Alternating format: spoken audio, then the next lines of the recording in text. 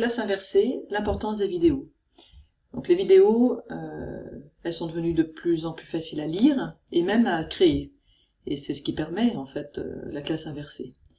Alors, quelles activités proposer avec les vidéos?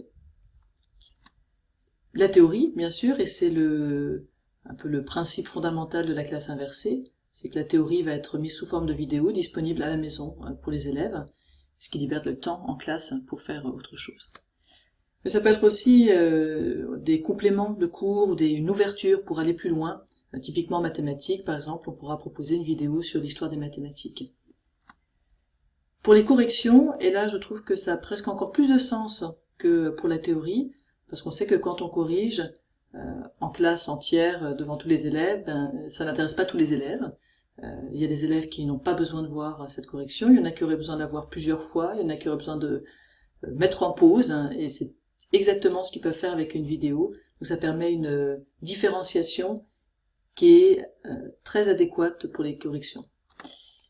Et puis, on n'y pense pas souvent, mais les vidéos, ça peut permettre de donner des consignes. On a des élèves qui ont parfois des difficultés à rentrer dans un exercice parce que la consigne est écrite.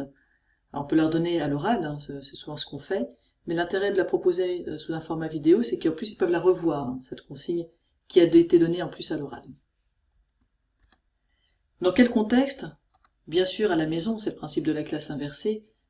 Si vous vous rappelez de la taxonomie de Bloom que Jérémy vous a montré dans la vidéo précédente, voir une vidéo, ça fait partie des étages qui sont en bas et qu'un élève peut faire seul à la maison sans l'aide de l'enseignant.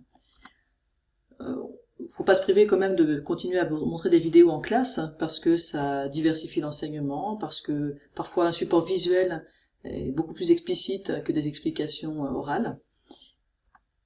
Et puis, il y a un troisième contexte, c'est si vos élèves ont des smartphones, et si vous avez une connexion Internet en classe, ou un dispositif de partage de vidéos, c'est un très très bon outil, la vidéo, de différenciation au moment de la classe.